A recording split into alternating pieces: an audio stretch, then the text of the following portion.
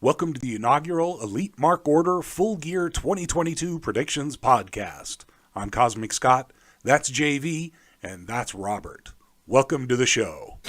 Mark Order. Elite Mark Order. We are a brand new wrestling community that has decided to join our powers, so to speak. And we're talking about doing podcasts. We're talking about doing a website and having some AEW records and articles and stuff. So my name is JV. I started the Discord channel that we're currently recording in, and I'll let the other guys introduce themselves.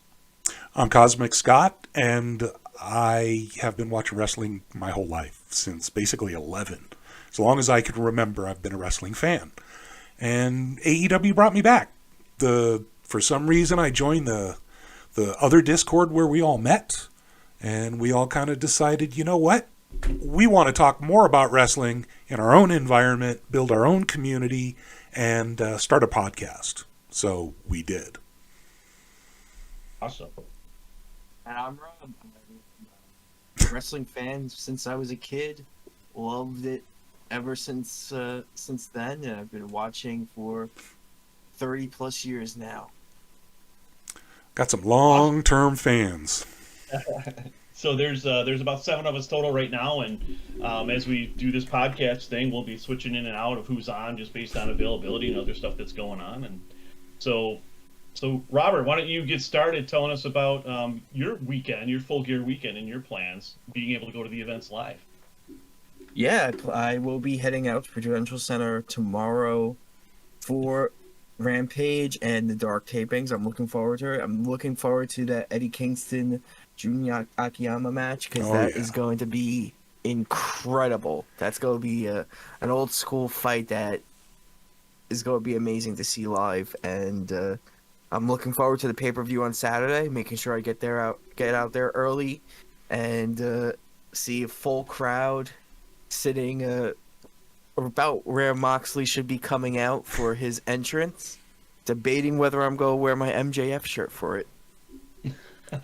That's a good troll if you do, but no, the whole thing about Jun Akiyama versus Kingston is it's not even a 1v1. You get to add in the new young boy Takashita, and my God, has he just lit the fire in AEW. And then Kingston, I forget who he's partnering with. Holy cow. Ortiz. Of course it's Ortiz. I knew that. Yeah. I think that's going to be a great match. You absolutely nailed that on the head. Yeah, Takeshita is incredible. I think he's mid-20s, so he's not even close to his peak yet. He's a beast. I've been fortunate enough to see him live a couple times, and he is going to be a future superstar in this business. I think he's a guy that could potentially main event the Tokyo Dome at Wrestle Kingdom if he plays his cards right and stays healthy. He is a top talent. And Jun Akiyama is a guy who has main evented the Tokyo Dome in the past and had some of the greatest matches with Kenta Kobashi in the history of this business, undoubtedly. I mean, he is a top 5 worker. And so I think that's awesome that Robert gets to see him. Yeah, live. Yeah, that is awesome. And realistically, Takeshita is already a star. He's about to move into that next, whatever that you want to call it, superstar, megastar, ultrastar, whatever you want to call it. Takeshita is about to break through, because even his Twitter is blowing up because he has that Cinnabon thing. He has just a way to relate to the audience that AEW fans latched onto him hard. I do hope. Go ahead, Robert.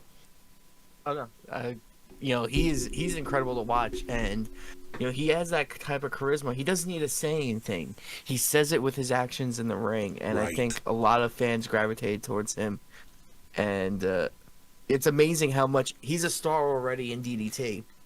Yeah, he's got charisma through the roof. He can communicate without language. That's a star. He did I saw him in Nashville over the summer, and it was a smaller show. I think it was Black Label Pro. He was actually fighting Nick Wayne, who is another guy who could potentially, as a guy from the U.S., Nick Wayne is someone who could potentially main event the Tokyo Dome. Already been signed. Yeah, Nick Wayne is signed by AEW, Yep. and once he turns 18, Yep. he'll be starting with the company. But Takeshita appreciated the Cinnabon chants from the audience, Yeah. and he definitely gave us a point when and a nod when we were doing that. So He absolutely is connected with the audiences here in the U.S., which for a Japanese wrestler came in unknown and just got the opportunity and really exploded because of it. When he goes back, when he gets a few more years, I don't know how good he is at a promo. I don't know how important that is in Japanese wrestling. I know it's important in all wrestling. I just, physically, I think he can get over anywhere. But, I mean, Jay, what do you know about his ability to promo? I don't. I've only seen him speak Japanese, so I cannot comment on his ability to promo. I think um, he doesn't. He's like Okada doesn't need promos in the U.S. to get over. I think Takeshita will be in that area where just his name alone is enough to get him in for a big match. Now Okada only fights on big shows. He's not a week to week guy. Yeah. So in the U.S. So if Takeshita is going to be full time U.S., he will need to develop some personality. And I can't say either way if I think he's what he can do there because I just haven't really seen it. Yeah, just Judging because.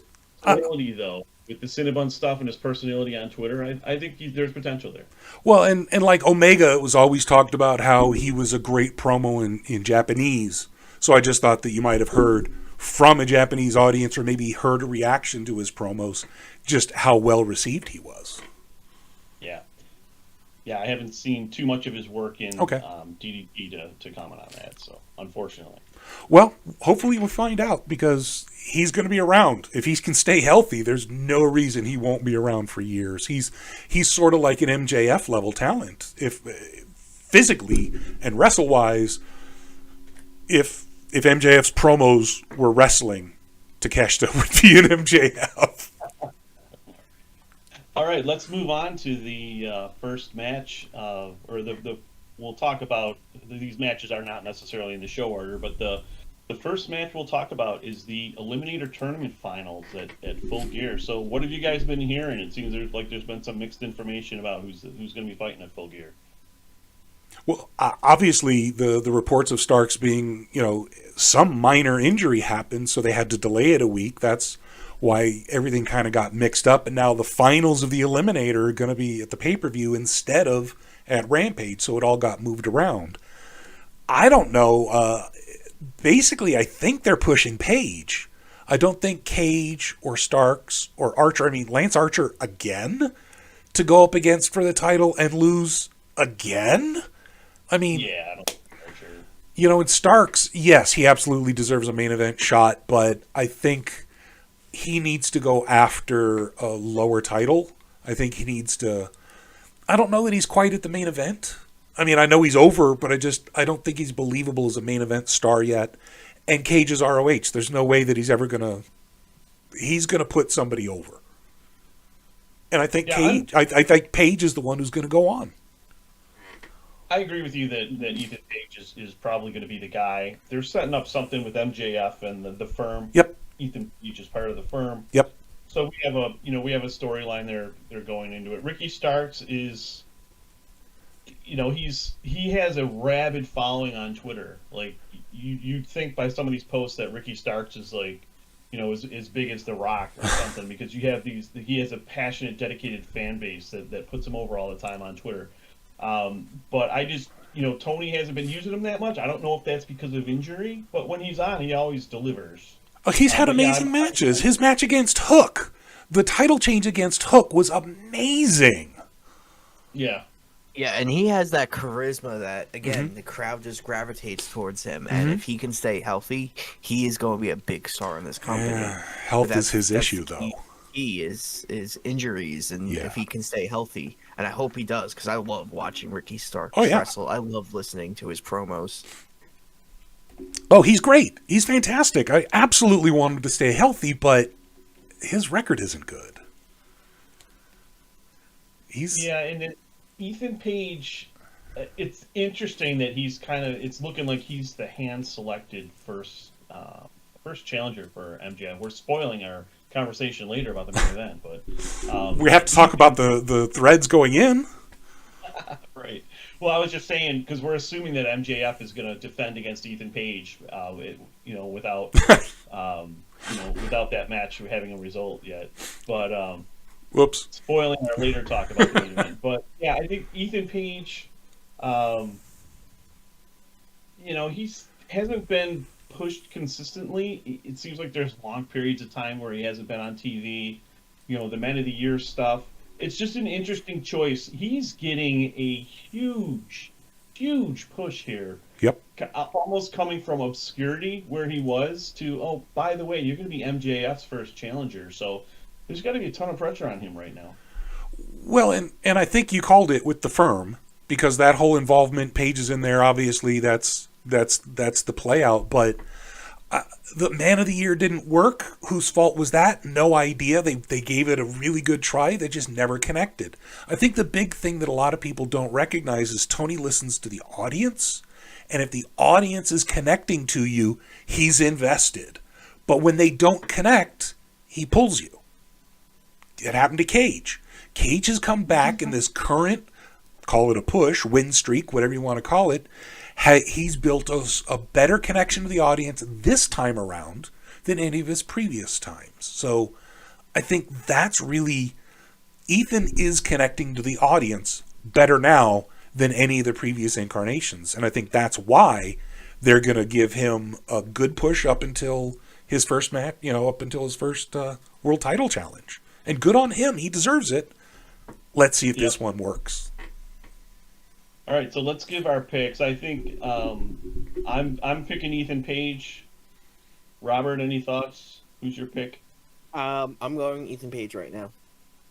So the finals would be Page versus Starks instead of Ark? All right, yeah, same here.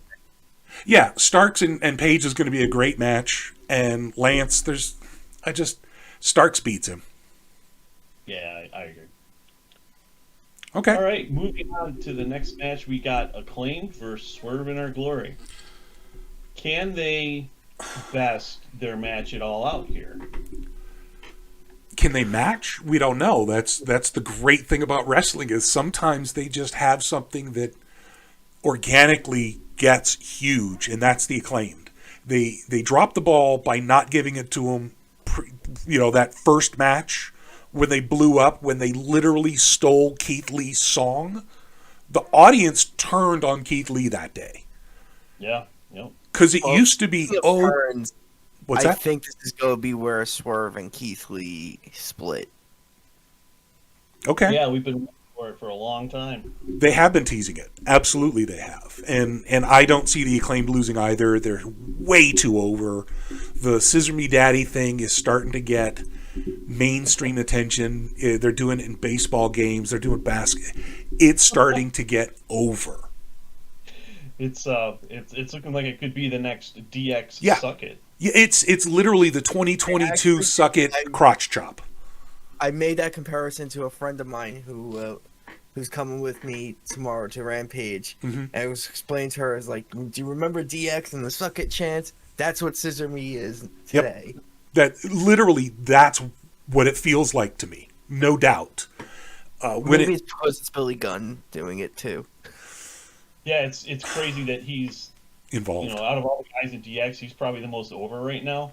Getting over with the crowd, like Shawn Michaels or Triple H probably couldn't pop a crowd like Billy is right now. Not legitimately, not organically. That's the thing, is it was organic because it started when Bowens was hurt. Yep. And it was just like, okay, bring him out so he can do his thing, and then he's going to scissor, Billy ass instead of and the whole scissor thing started off, with his little thing, the Acclaimed have arrived.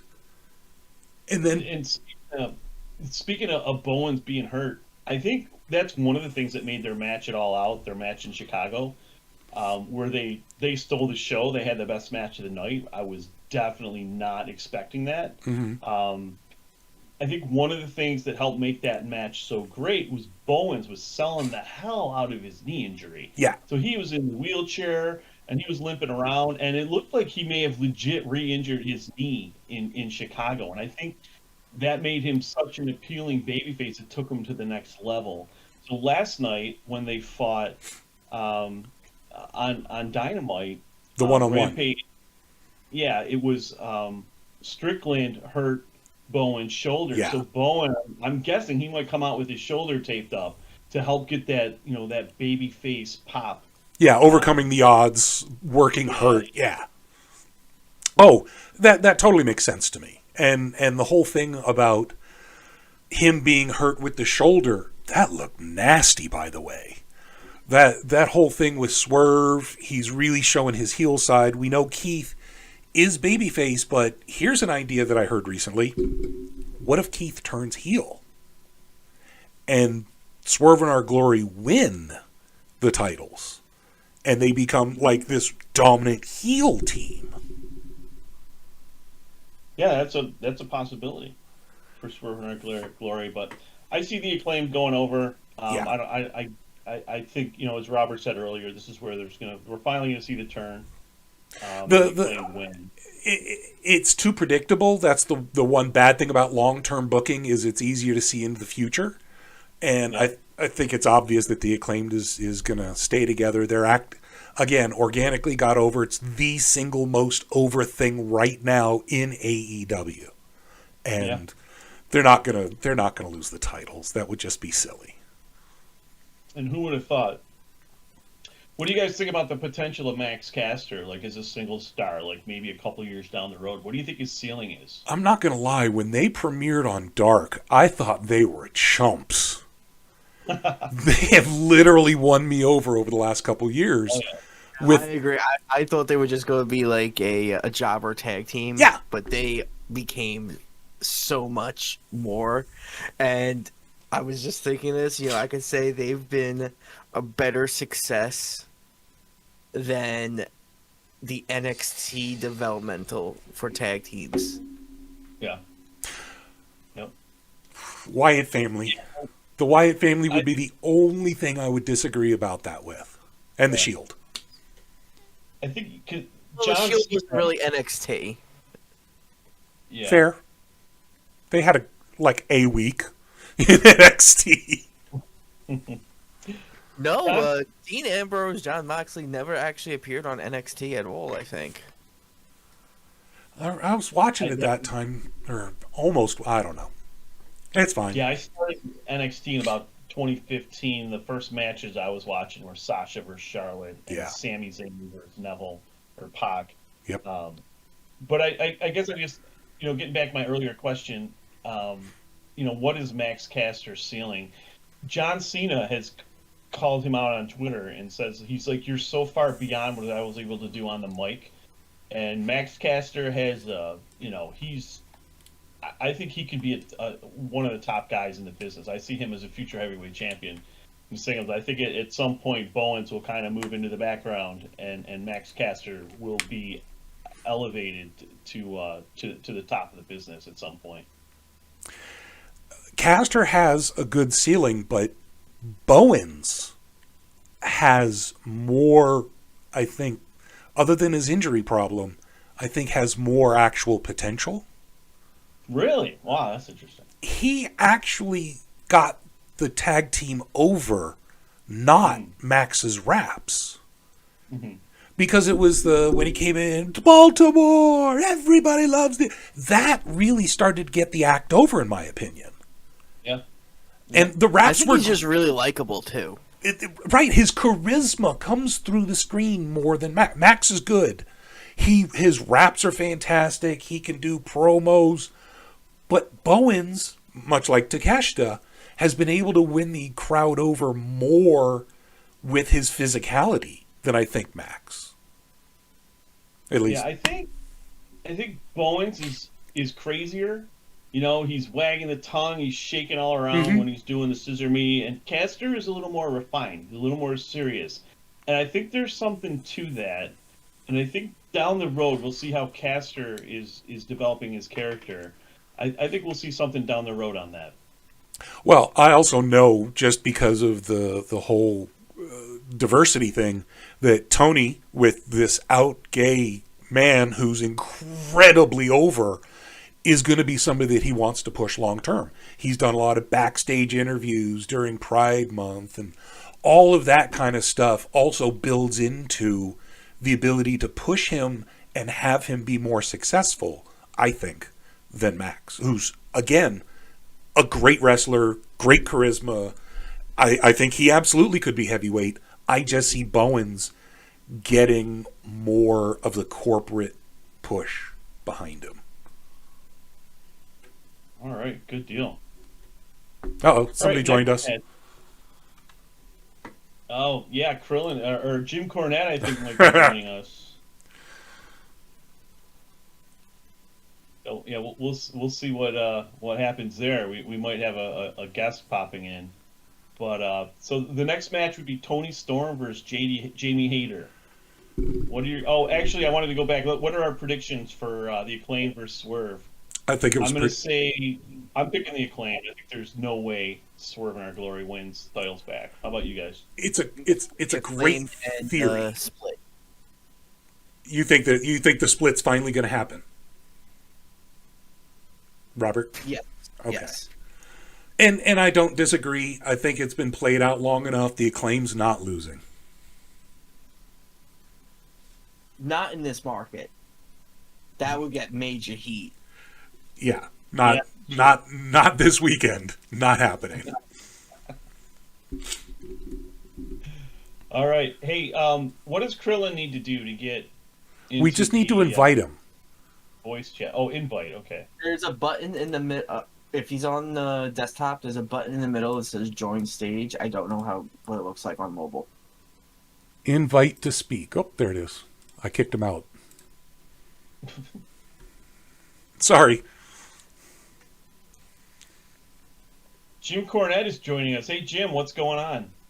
Hello, you fucking idiots. Now, here's the thing, though, you damn marks. What you gotta understand here is I cannot believe that they are bringing Twinkle Toes, Kenny Omega, and his goddamn little fucking butt buddies back to AEW. They're gonna be competing in a title match on Sunday. They haven't been here in over 2 months, and yet they're already getting a championship match on Saturday. Sunday. I don't give a damn what day it is. All I know is that these guys are the absolute fucking worst, and all their fans are a bunch of fucking idiots. And here's my prediction. Of course, we already know that the Elite are gonna win. Ooh, big deal. The Elite are going to beat the Death Triangle that have been there for weeks, busting their ass day in, day out, and yet the Elite are going to be coming in, they're going to get the titles back, and I think that's complete and utter bullshit. And if you ask me for the rest of my opinions for the pay-per-view, now let's see here. Now, the Acclaim versus Swerve in Our Glory, more likely, you already know that Tony Khan is going to let Swerve in Our Glory lose. They're going to have them split up, and then it's going to be a dumb rivalry that goes on for 10 years between Keith Lee and Swerve Strickland. But you know what? I'm happy that the Acclaim will win, even though I hate their goddamn rap battles, okay? I hate their fucking rap battles. I hate Anthony Bowens coming out, doing all that little hot job. I hate Max Caster coming out, doing all his little, yo, listen, yo, all that bullshit. I hate all of it. It's just annoying as hell. And speaking of annoying, I hear that Chris Jericho, Mr. January 6th, is defending his ROH title against Bryan Danielson, Claudio Castagnoli, and Sammy Guevara. Now, I really don't know who I'm going to want to win this match, so I might just go with the outsider, Bryan Danielson. Just to swerve everybody, just to swerve the entire world, because you know what? Bryan Danielson's a little bit good, but that's just it. He's a little bit good, he's not that good. Now, what else is on the card here, gentlemen? You might as well go ahead and refresh my memory, because I wasn't really paying attention to the whole show. So go ahead and refresh my memory, gentlemen. Will do, Jim. Thank you for joining us. Always appreciate your time. So we were talking about we got to the second match so far that we were talking about. So the first match was the Eliminator Tournament Finals. Who's your pick for the finals? It's going to be Ethan Page versus Brian Cage, and the winner will fight whoever wins the Starks versus Lance Archer match. So what's your pick for that? You know, I'm just going to go out on a limb here. I'm going to say it's going to be Brian Cage, because you know what? Brian Cage is a big guy. I know he doesn't have a lot of personality, but you know what? Here's the truth of the matter. If they really want Brian Cage to get over, they need to hire me, Jim goddamn Cornette, to help that guy get over. And you know what? I will make him the greatest world champion you've ever seen in the entire business. He will dominate everybody. It just Jim, 10 seconds flat. Jim, do you think he should bring his wife out to second be his manager? Do you think that would be a good idea? Here's the thing. I heard about what his wife did. I know she's sitting there pushing for him online. And you know what? You can't do that. In this modern day of wrestling, I know a lot of people do it. I know they go all politicking on Twitter, Instagram, Snapchat, whatever the hell kind of social media they have. But you cannot be politicking online. You need to tell your wife to shut the fuck up. Because all she's going to do, she's going to ruin your career, buddy. And you ain't got anywhere else to go. Not WWE, because they don't want your ass. Not Impact Wrestling, because that's the bottom of the barrel, even though I worked for Impact Wrestling back in the day, in their early days. You can't go anywhere. You could just go to the independent scene. But you know what? Honestly, I think the independent scene is better than AEW. Because you know what? Tony Khan, man, all he knows how to do is just use these guys as nothing but action figures for himself. They're all his little playthings. He don't know how the hell to use any of them. That's just the truth. Hey, Jim, do you think that Brian should use his wife to influence Tony? You know a little something about that, don't you? Are you accusing me of being a cuck? I am not a cuck, sir. You understand this? My wife loves me. My wife loves my old wrinkly, dirty, nasty, smelly ass. I'm not having any of those guys in OVW fucker. I was having nobody sit there fucker while I watched. My wife loves me. All right, she loves to get the little piece of cornet that I have down there. That's not what I asked. I asked if you think Brian should do that. You know what? Bryan Danielson's a talented wrestler, but maybe he could. Just so he No, can not get the Danielson. belt. Oh, Cage, Bryan Danielson. Cage, That's Danielson, way out of whatever. Tony's Khan's league. I don't give a shit if he's out of her league, she's out of his league. I don't give a damn. If he wants to get the championship belt, then you know what? He could sit up there and have her pull off her bra and panties right in the middle of the damn show. And you know what? That would raise viewership. Now, let me just say this, gentlemen. I know I got fired from the NWA, MLW, whichever the hell one it was. I don't remember. Because people were sitting there saying, I'm a racist. I'm not a racist, okay? I am a Democrat. I love everybody. But if you're talking about love, now here's the thing. I'm a liberal, yes. I've tweeted out many times to not vote Donald Trump, but I hate Vince Russo. I would kill him if I had the chance to. You got it? I would sit up there and I'd drink his blood on live TV. Okay. I am too goddamn important. I don't give a shit. I think you've gone off the rails there, Jim. Let's shy off on the death threats. We don't want the podcast to get canceled. Old man. I'm an old man. I don't care. All right. So, match number 3 is Tony Storm versus Jamie Hayter. What are your guys' thoughts about this one? The interim, which might, according to Tony Khan on Twitter today, the interim might become the actual heavyweight champion because Thunder Rosa's recovery is taking longer than expected. Who do you guys got in this one?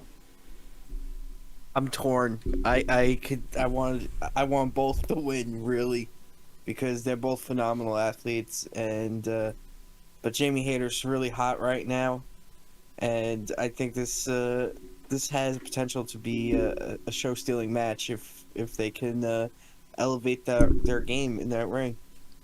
Much like Swerve and Our Glory, they teased Jamie Hayter and Britt Baker breaking up many months now. And it's gotten a little old. Is it going to happen?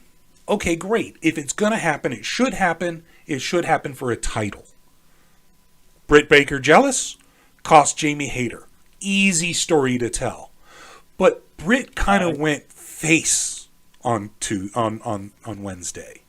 So I don't think that's the right move right now. So that tells me that if Tony's going to make the interim the undisputed, he's not going to take it off her the same day he announces that, or the same weekend. That doesn't make logical sense to me. So again, I'm using outside reality knowledge to say there's just no way that Tony Storm loses. Hayter is hot. No question, she's on fire. Yeah. But her feud with Britt Baker should be the next logical step. And Baker went face. She's heel, fine, but she's not going to get involved in the match. I just don't see that. So, Robert, you had mentioned when we were discussing the previous match with Swerve, that if the Acclaimed lose in their hometown, that's not going to go over. What do you think of Jamie Hayter losing? Is it going to be a similar type of deal where the fans are going to be really upset? I think the fans will be really upset because she is insanely over right now. But I also don't think they're Tony Storm's like hated as much as Swerve is right now. I could see this match going either way. I'm really curious to see what happens, and I'm excited. When I can't say 100% this is going to be the outcome, I love it because it brings me in more into the match. Yeah, the less easy it is to call, the more involved you are. Absolutely. Yeah, it's always better not knowing who's going to win. It just takes the match to a whole nother level. Like for me, the ultimate match where that was the case was Kenny Omega's 3-fall match versus Okada at Dominion. Like, I knew Kenny's contract was expiring at the end of the year, so it was like, is New Japan going to put the strap on Kenny and let him go over Okada when Kenny could be gone in 6 months? And so that, like, just elevated the suspense for a match that went an hour and 10 minutes to a whole nother level. And I think that's one of the reasons Meltzer gave it 7 stars, because it was so unpredictable of who might win. So I think that's awesome that this match is elevated by that uncertainty as well. Yep. So what's your prediction, Jay? Oh, man, it's so tough. Scott, I think you changed my mind a little bit when you were talking about how Hayter versus Britt, like, that could be huge. Yep. You know, you have a long-term storytelling here with their breakup, and I just feels like it makes sense to give Hayter the title here and to help her do something with Britt. But we talked about Hayter having organic, being kind of like an organic babyface right now. The crowd likes her. Yep. But then we see Britt going face. Who's going to be the face? Is Britt going to go heel to counter that? So I don't know. I was initially thinking Storm, but I think I might be leaning Hayter right now. Well, I'm going to stick with Storm, but it's a tough call. I hate to ask, Jim, what's your opinion? Here's the thing. I know in the past I have been mixed on Toni Storm. I said that she's a great talent, and I've also said that, you know what, AEW dropped the ball if they signed her. And I've also commented on the fact that she has a fake butt. She has a horrible fake butt. But here's the thing. I think Toni Storm will win the match. Toni Storm is a better star than Jamie Hayter. Plus, also, even though I know they're both from the UK, I prefer Toni Storm to Jamie Hayter. That's just the truth of the matter. Both of them are ugly to me. But you know what? And the reality is that Toni Storm is the better wrestler. So Toni Storm will retain at the pay-per-view. Now, gentlemen, I hate to cut this short. I hate to cut my appearance short. Oh, thank God. I must go. What did you just say, boy? I said, thank God. Get the hell out of here, you old wrinkly bastard. Wrinkly bastard, boy, I will come over there, I'll kick your ass, I'll call the goddamn Midnight Express out of retirement, I will have to beat you down like a damn dog. Don't make me come over. Bye-bye. So, Don't break a hip. Sorry, I'm sorry. Jim's a little caustic, isn't he? yeah, Jim has some mental illness going on, or he's just really smart, making money and working all of us. I can't admit that he's smart. Hey, he's done pretty well. I'd be happy to have the amount of wealth that Jimbo has doing what he's doing. So he does all right. He does okay. As much as I hate him and wish he would go away. Yeah, Jim, I don't listen to him, but I will say that he's got a hell of a following, and I wish he wasn't a cranky old bastard. That's true. Anyhow, we'll have plenty of time to talk about the antics of Jim Cornette. So let's move on to the four-way, the ROH World Championship match. Jericho, Bryan, Sammy, and Claudio. What a match that is, by the way. 3 ROH champions and Sammy. I want Bryan to win. Yeah. Chris is going to win. Again, corporate. If he's trying to sell ROH, Chris is the champion, is going to sell to the networks more. I hate that I know that. but it spoils it for me. There's no way Sammy wins. He turns on Jericho. Maybe, but I just don't see that. Claudio was the former champ. I don't see him regaining. I'd love to see Bryan win, but I see Jericho retaining.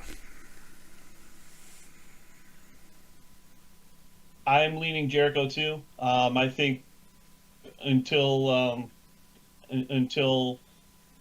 Tony gets his ROH TV deal in place, Yep. I think Jericho is probably the best person to sell the brand. Jericho was a huge part of AEW getting their initial deal, and he was a huge part of the ratings at the beginning.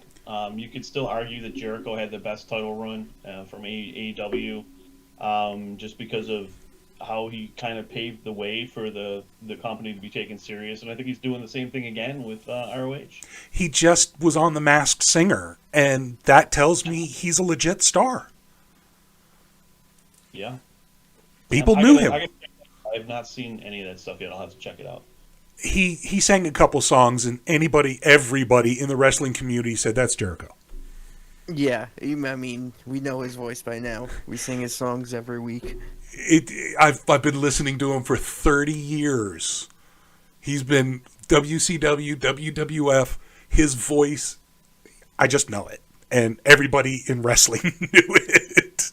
But that's the point. That's how big a name he is. That's what that proved. And you know, Tony knows that. He's going to use it to sell ROH. I don't see a title change until after that brand launch. I just don't. Robert, who's your pick on the winner? I'm going to stick with Bryan. I think All right. Danielson can sell it too. He is a name. He is.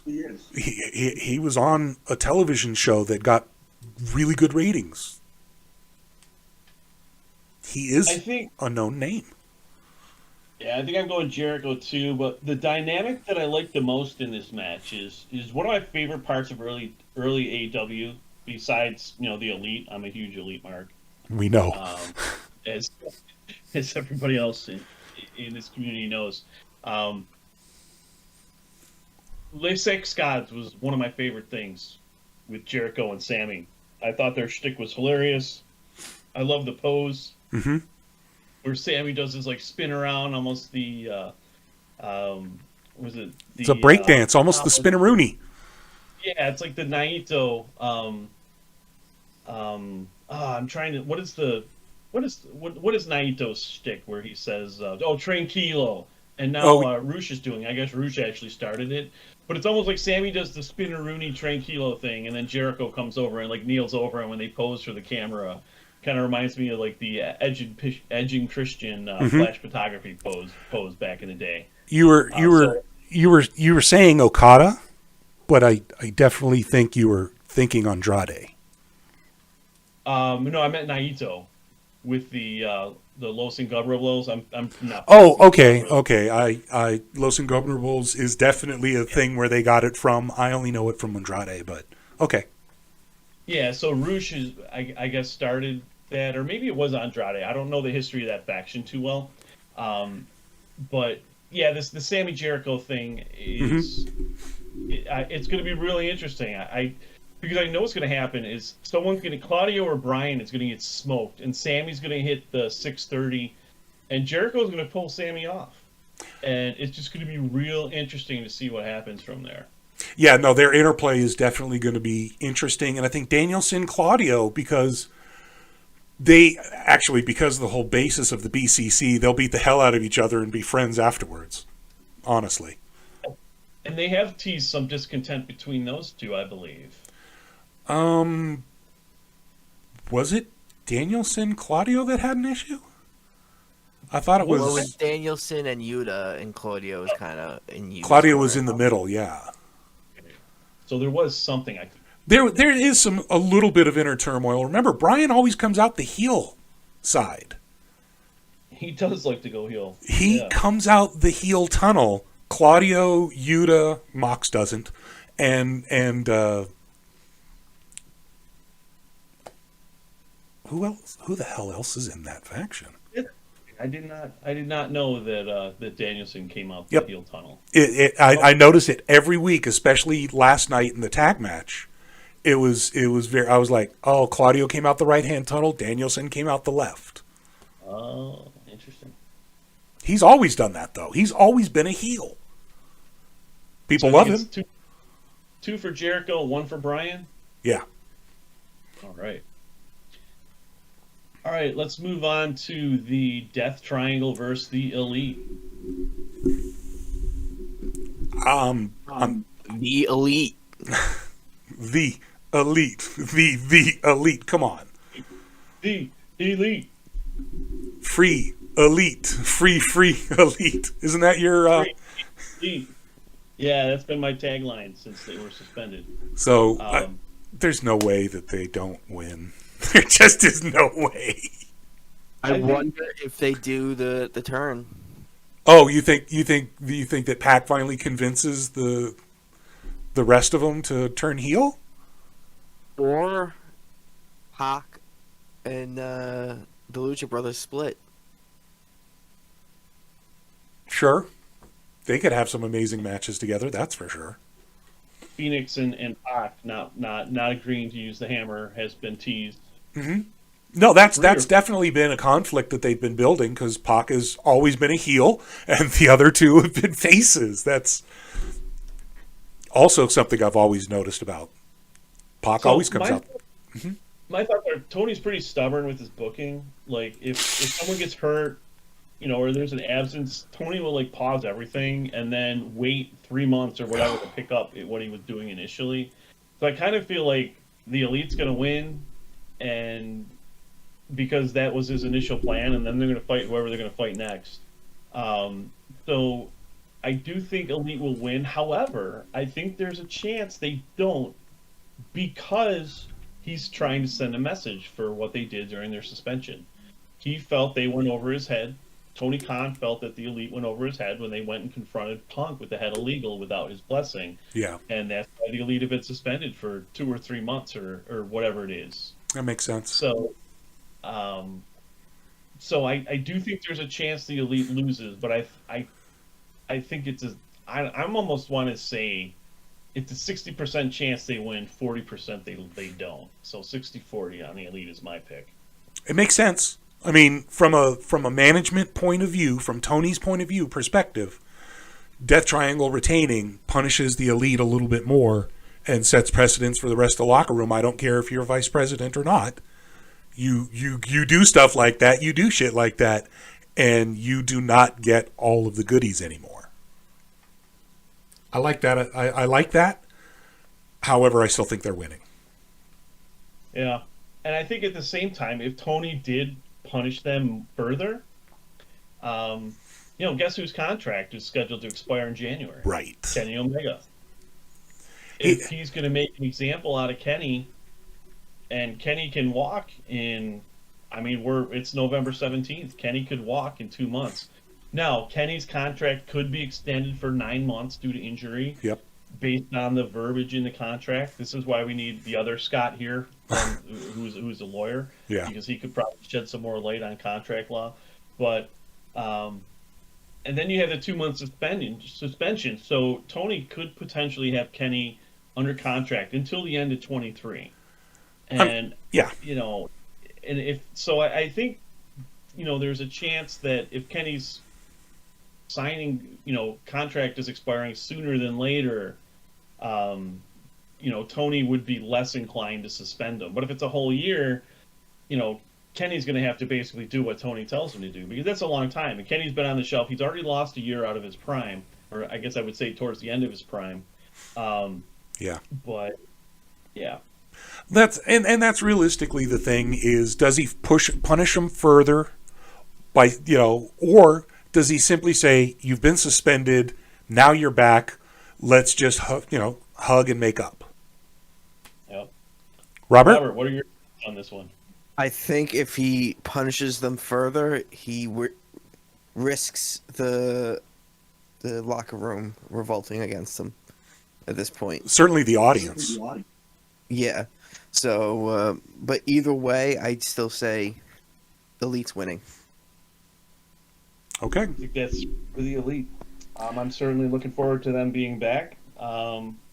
It should be an incredible match, and I think one thing, kind of a blessing in disguise on this thing, is how close to 100% was Omega after all his rehab. So maybe this additional 2 months off was a blessing in disguise for him to help him rehab from all those surgeries, the hernia surgery, the knee surgery, the shoulder surgery. He also had surgery on his nose. He really did have a lot of surgery. Yeah. Here's the thing. He was telling the story during the trios championship matches of not having his full use, of being rusty. And then as the matches went along, he got better and better. I think that was an intentional story he had been telling. I don't know that the extra 2 months off is going to hurt by any means, but I think he was ready to go. I think he was 100%. I think now he's going to come back at 102%. Yeah, I think the time off is going to help him, but I also think it's actually worked out good for the Bucks to have that time off to heal as well. I really hope they come back with some sort of gimmick change, though. I know they registered the Wayward Sons, but they've also canceled it now. Yeah, that was too bad. It would have been awesome to see them come out to that and help refresh their image. I love the Bucks. I mean, they're in my opinion, they're one of the greatest tag teams of all time, and they're innovative geniuses in the ring. Yeah. And but I know Matt had that neck injury, and they have gotten stale. But I think that might be more due to the way Tony has used them. I think that's a topic for another call, or another podcast. But yeah, it's going to be super interesting to see what the Elite does on their return. Absolutely. All right, Jade Cargill versus Nyla. I love Nyla. She's been amazing. Second, give it to Nyla. I don't think she's winning, but I do love Nyla. I love what she's done. She's brought legit challenge to Jade. This is a first match where you can honestly say, like Robert just said, Nyla could win. Legitimately, nobody would argue. She's got the cred. She's also got the cred. Long before this program, she has elevated Jade, which is her job. I agree to that, but also I think it's time to take the belt off Jade because you need someone that could go longer than a 2-3 minute match, and Jade still needs a lot more seasoning in that ring. Yeah. I mean, I agree with you, but Jade's been a project since day one. She has Bryan Danielson as her backstage coach. She was brought in with Shaq. She's got the push behind her. She's got the streak. She really is the most, I don't want to say charismatic, but other than Britt, she has the most appeal across a broad demographic physically and again, on Twitter, her cosplay. She's got a lot of elements, the working mom. There's a lot of elements that play into her broad appeal. And I think that she's still a big project from Tony. I think he's still pushing her, working with her, giving her that opportunity. TBS is a secondary belt. Why not give her the Rob Van Dam TV title run? You know? She's not Rob Van Dam, but... So I'm going Jade Cargill, but there's absolutely an argument to be made for Nyla. I think there's one person who can beat Jade right now, and I think that's Sasha Banks, or her name is Mercedes. Mercedes money. Yep, she is a free agent, and I think that would blow the roof off the arena if she showed up at Full Gear. I don't know that Sasha wants to do that though, so I think I would not bet on Sasha showing up, but it is an interesting conversation piece right now that Sasha could be like. That would just be nuts. Like, I mean, I think that would elevate the women's division to a completely new level.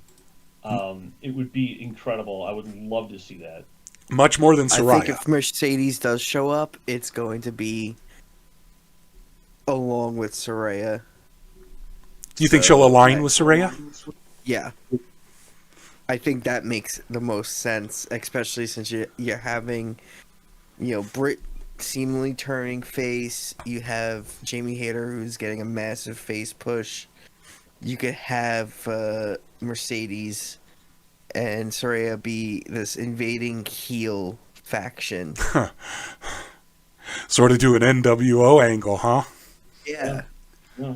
They're kind of hinting at that a little bit with Saraya's entire positioning of you haven't done Madison Square Garden. That's literally what somebody said to WCW guys. I think it might have been like Piper or somebody. He said, "You've never headlined Madison Square Garden. You're nobody yet." Sasha was the person who injured Saraya, Saraya's yes. neck. That and again they connected. Saraya already said that she like already told Sasha, "I really want to get in the ring with you and prove that it was just an accident." So Yeah. I think if she shows up, if Mercedes shows up, she sides with Saraya, then they eventually break up and they're going to have an amazing match. But I kind of like the invasion angle. I really do. I think that's kind of an interesting way to go, and we'll see if that happens. Yeah, and then you could have someone like a Tony Storm who was in WWE for a hot second. Where does her loyalties lie? Does she side with the former WWE guys, the girls? It's a good story to be told right there. Yeah. And I think that could be something that really pushes that women's division over the edge.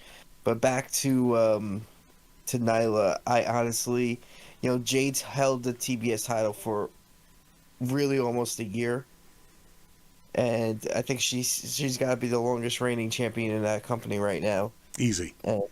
easily. And I think, honestly, it's time. That's fair. I think Nyla has had her chance in the past to be the top of the division, and I don't think she's done well from an interest or a viewing standpoint. I think there's a certain subset of the fans that like her, and I think there's a larger subset that does not. I think Nyla always wins the award as like the best Twitter account, and she's sharp Yep. and witty and funny, but we don't get that because they book her as the Beast, and she comes out with what is in my opinion, the absolute worst thing AEW has done is have Vicky come out with her SmackDown, her mid-2000s SmackDown shtick where she's screaming into the microphone. That doesn't work for me. I have to mute the television, and I just think it's mindless. So I don't see Nyla going over here. I think she does provide she is a threat to Jade because she could toss Jade around, but I'm picking Jade. I think Jade's definitely going to win here. I hate Vicky's shtick. Yep. They were doing some stuff on BTE where they're doing nuns with Ryzen. They were doing funny stuff. And then again, yes, her Twitter account is fire. And then her singing with the belt and taunting her and all of that stuff. I think Nyla's elevated herself a little bit. She's definitely elevated Jade. You're right. She has been champion. She's a different person this time around, but there's a lot of inherent backlash against her because she's trans. Right or wrong, that's part of the viewership that is never going to be for her. Whereas Jade, I think, again, has a broader appeal. I'm sticking with Jade, but there is an argument to be made for Nyla. All right. Yep. Agree with that. All right. Up next, we have the TNT Championship match, which is suddenly a three-way. The Kaiju match. Here's Joe. This is a true Kaiju match. These are some of the biggest guys on, not tallest, but some of the biggest, thickest, most muscular men on the roster. Samoa has a ton of muscle underneath that. He's got a barrel belly. He's strong as hell. Powerhouse is literally a bodybuilder, and he's gotten bigger. I don't know if you guys have noticed, but over the last several months, he's gotten bigger than ever. And Wardlow stalled out a little bit. What's that? I noticed that. And Yeah. yes, Wardlow has slimmed down a little bit.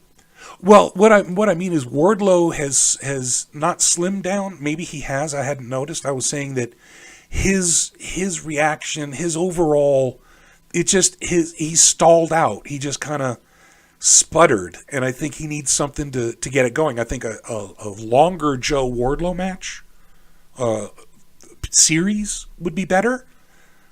So I'm going to say Hobbs is going to actually take the title, and Joe and Wardlow are going to fight later on, and Hobbs is going to face Starks. Or you For the TNT match, later on. Wardlow and Samoa Joe kill each other, Yep. and Hobbs takes advantage. Hobbs takes advantage. I would love that because I think Hobbs would be a great TNT champion. Yep. A part of me kind of also thinks Samoa Joe because you could have Joe win, and this could be how you have Joe on both ROH and AEW TV. Double champ. That's a good call. I like that idea. What do you think, Jay? I think I like what you were saying about Hobbs. He's definitely gotten bigger. Like, he is a monster. And it's going to be interesting to see him and Wardlow square off for a longer period of time to see who can outpower the other. I think Wardlow retains. I don't see a title change here, especially not Joe. I think there's a chance Hobbs wins, but and especially with Hobbs could pin Joe. Yep. And that wouldn't weaken Wardlow. And we do know that if MJF wins, and Wardlow recently saying he's going off for all the titles, Yep. you know, you can kind of see some angles here where Wardlow goes after MJF at Revolution, and then you also have Hobbs versus Starks at Revolution for the TNT title. Exactly. There are some angles that can come out. I do think Wardlow's going to retain, though. I don't think it's his time to lose yet, but this is the perfect opportunity for him to lose without getting weakened. Exactly. And that's exactly why they can do a 3-way match, and you can have somebody lose and not lose any of their momentum because they didn't get pinned. That's Wardlow. Joe doesn't lose any because it wasn't his title, and Hobbs comes out looking like $1 million. Yep, sure. All right, let's see. We got 4 matches left, and then we can wrap this up. Jungle Boy versus Luchasaurus in the cage. Jungle Boy easily. What a blow-off match this is going to be for their whole feud. I'd love it if Christian were healthy. He's not. I think this is going to be a great match. And yeah, Jungle Boy. I like Jungle Boy winning too because he's lost. He lost recently. He took the loss to Christian. He took the loss to Luchasaurus. So it's his time to win. He's one of the pillars. They want to push Jungle Boy. They're starting to kind of transition from the Jungle Boy into Perry, into Jack Perry. So you're seeing some. I think you're going to start seeing some changes in his character. I think Jungle Boy has to come up with something to, elevate his character, elevate his gimmick, because I feel like he's a little stale. I mean, he's good and everything, but, there's a lot of guys that can do his in-ring work in AEW. So how can he set himself apart going forward? For the audience, his ring work has been good. His mic work hasn't. And I think that's holding him back from really elevating into true championship material. He's also super green, super young. Yes, they have been transitioning away from Jungle Boy as his name to Jack Perry or Jungle Boy Jack Perry, basically turning it into a nickname, sort of like Nature Boy Ric Flair. You say Nature Boy, you know who you mean, but it's Ric Flair. So I think you're right. They have transitioned more and more. I think that started with Jim Ross like a year ago, and they've really leaned into it recently. He does need to do something to stand out. I don't know if flounder is the right word, but he's just sort of treading water right now. This win will help, but I think you're right. He needs a little more character work, but I totally see him going over here. Yeah, I think it would be interesting to see Jungle Boy do something with Darby after these programs, the current programs are over. Both of those guys, I think, need a shot to get back up to move up on the card again and start making some more waves in the company. And a couple of pillars fighting is never a bad thing for the company. No, Definitely not. All right, up next we got Saraya versus Britt. So Soraya is just coming in. She's, hey, I'm bigger, I'm better. I've, wrestled Tokyo Dome or whatever. Yeah.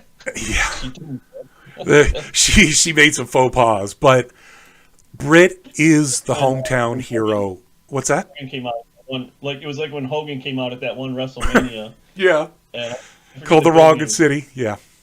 Yeah, it was the Superdome in New Orleans, I believe. Yeah. And he's like, "It's so good to be back here in the Silverdome, brother." Yeah. Like, Silverdome, man, dude, that was WrestleMania 3. You were in the Silverdome. This is Superdome.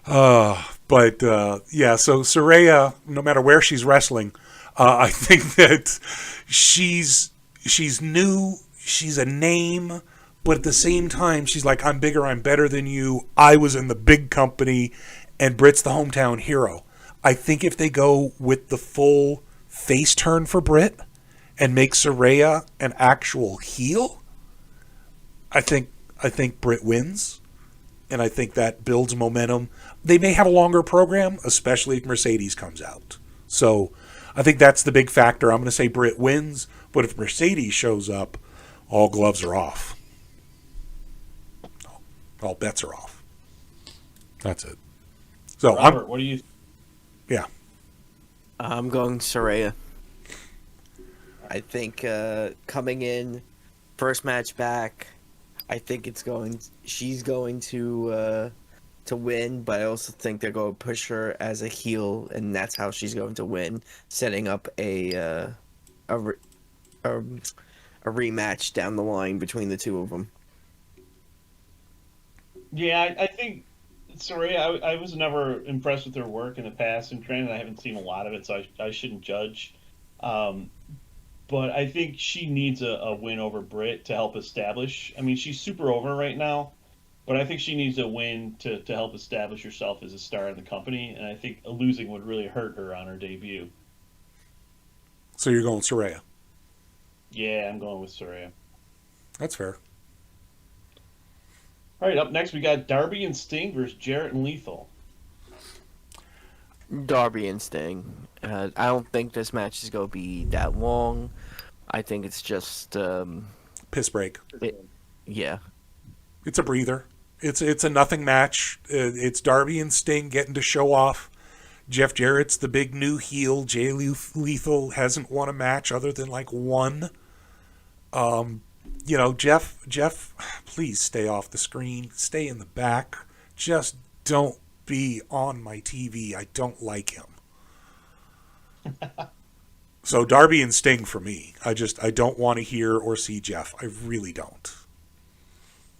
I'm going with Jarrett and Lethal. I think the fake Sting, NWO Sting, is going to interfere and cost Darby and Sting the match. Oh, God, please. Not more Carter Nash or whatever the guy's name is. Ed Farmer. No, Ed Farmer was the real NWO Sting. I meant the current one that he used. Oh, okay. All right. So I'm going with Sting and Darby. Sting is undefeated. He's 12-0 in AEW, and he's going to be 13-0. I think this is an interesting rematch of the Ric Flair's last match, where you had Lethal. Or I'm sorry, you had Flair and I'm drawing a blank on who he. It was Lethal. It was Flair and Lethal versus somebody.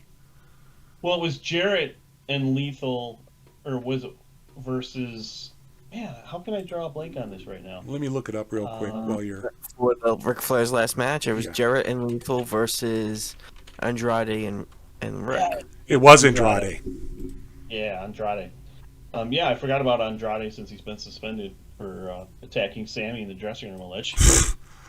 So I think it's a similar mix-up, with Sting taking Flair's spot, and but yeah, Sting and Darby win. I've always hated Jeff Jarrett. However, I didn't hate him in his program, and when I attended the Starcast, Jeff Jarrett had the longest line of any wrestler that was there, other than Ric Flair himself. It was crazy how many people went there to see Jeff Jarrett. I thought he handled himself well. The promotions, Jarrett did a good job. I really I always hated the Slapnuts thing. Yep. I hated him in WWE. Like, he was a go away heat. I would, not watch his matches guy. But I don't know. I'm going to give him a chance here and see what happens in this match. So you weren't a fan of the JEFF, JARRETT? God, I hated him. One of my favorite things ever was when Vince bought WCW, and Vince was talking about some of the talent in WCW, and he said double J is double G, double O, double N, double E. And I was like, yes! I'm like, screw Jeff Jarrett. It was one of the reasons I stopped watching WCW because Russo was pushing him. Yeah. And then after that, I didn't really. Jarrett had nothing to do with any mainstream companies until, for some reason, a couple of years ago, he was inducted into the WWE Hall of Fame, which I still do not understand. He's a legit legend. He's been in the business since birth. He's very much a real wrestling legend. I can't argue that. I hate him. I don't like him. Don't like his characters. In person, he might be a fabulous man. I don't know. But I don't want him on my screen, and I don't want to hear him. So, he's got go-away heat for me for a long time, and the best thing that ever came out of Jeff Jarrett was Road Dogg's entire gimmick. That's it. That's the only good thing that ever came out of JAFF, ERRETT, or whatever the fuck his name is. TNA for a time was really good. I mean, especially that 2009 era. But I like having Jarrett in AEW just for the backstage because he has an institutional knowledge that AEW was really lacking backstage. Yep. In terms of operations. Yep. On screen, small doses. That's all I'll say. Exactly. Backstage, he's probably going to be fantastic for the company. The Jay Lethal thing calls back to TNA Impact, and that is not good. No, definitely not. And by the way, the only thing I can ever hear from Jay Lethal is Ric Flair. That woo-off, when he did the imitation of Ric Flair, that's all I ever hear now that he talks. He did a great Black Machismo, but Lethal has no personality of his own. Lethal's a great wrestler in the ring. I would consider him great in ring. As a total package, I wouldn't consider him great just because he doesn't have the charisma to be a superstar in a major promotion. But I always liked watching Lethal work. I think my favorite Lethal moment was at All In when he was fighting Flip Gordon and he was doing the Macho Man gimmick. And Brandy came out with Flip, and in the middle of the match, Lethal just ran over, chased Brandy into the ring, and he caught her and he picked her up and put her on his shoulder like Savage used to do with Elizabeth. I just thought that was the greatest thing. Lethal is what you call a good hand. Yeah. And he's fine. But him and Jarrett together reek of Impact, and that is a stink you do not want. Yeah. Okay. Yeah, I don't want the TNA thing. So we are on to our main event. Yeah. Mox versus MJF. I think Jon Moxley gets to go on his vacation finally, but that's hard to do now that his wife is their main interviewer. So I know everybody's saying MJF. I'm saying MJF. I think everybody feels MJF. I think it would be interesting if they had Moxley retain and then some. No, it doesn't make sense. MJF's totally winning. He's got the firm ready to go.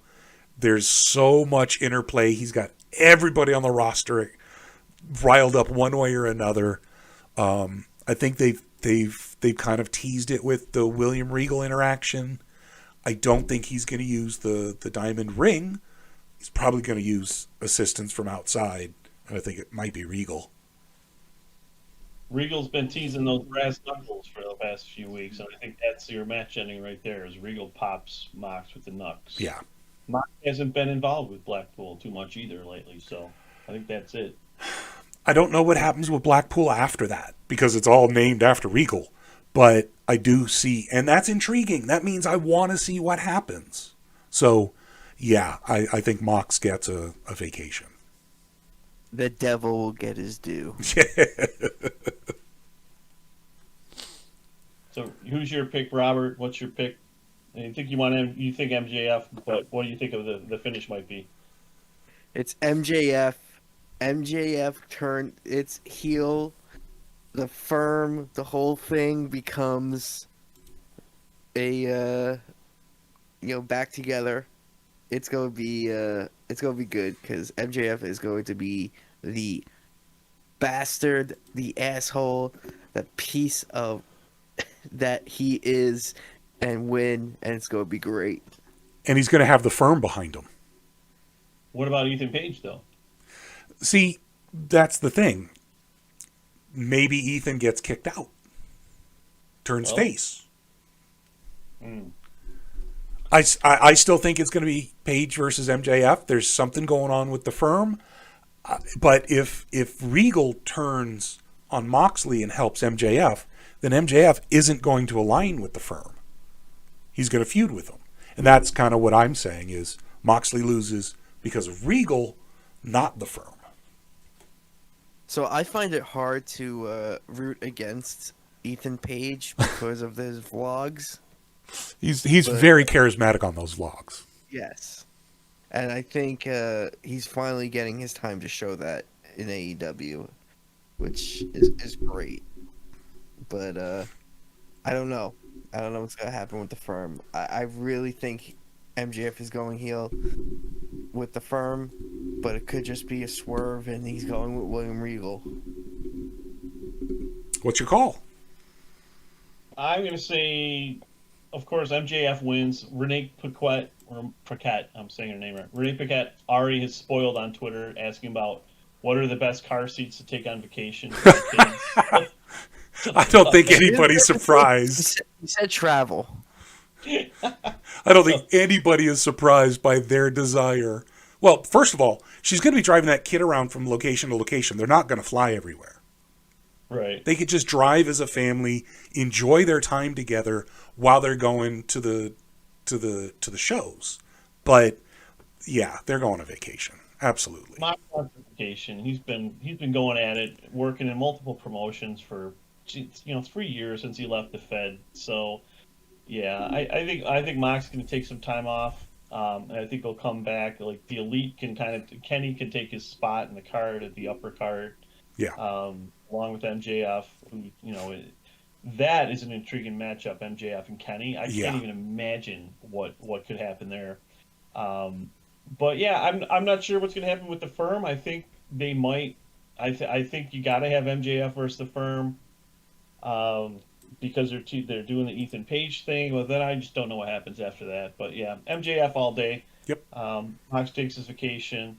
I think it's going to be a super interesting show, and Robert gets to witness it firsthand. So Jealous. have a good time, man. I'm looking forward to it. Thank you guys for letting me hop on and join you for this podcast. But I got to head out. Well, it was a pleasure to have you. I think we're wrapping up. All right.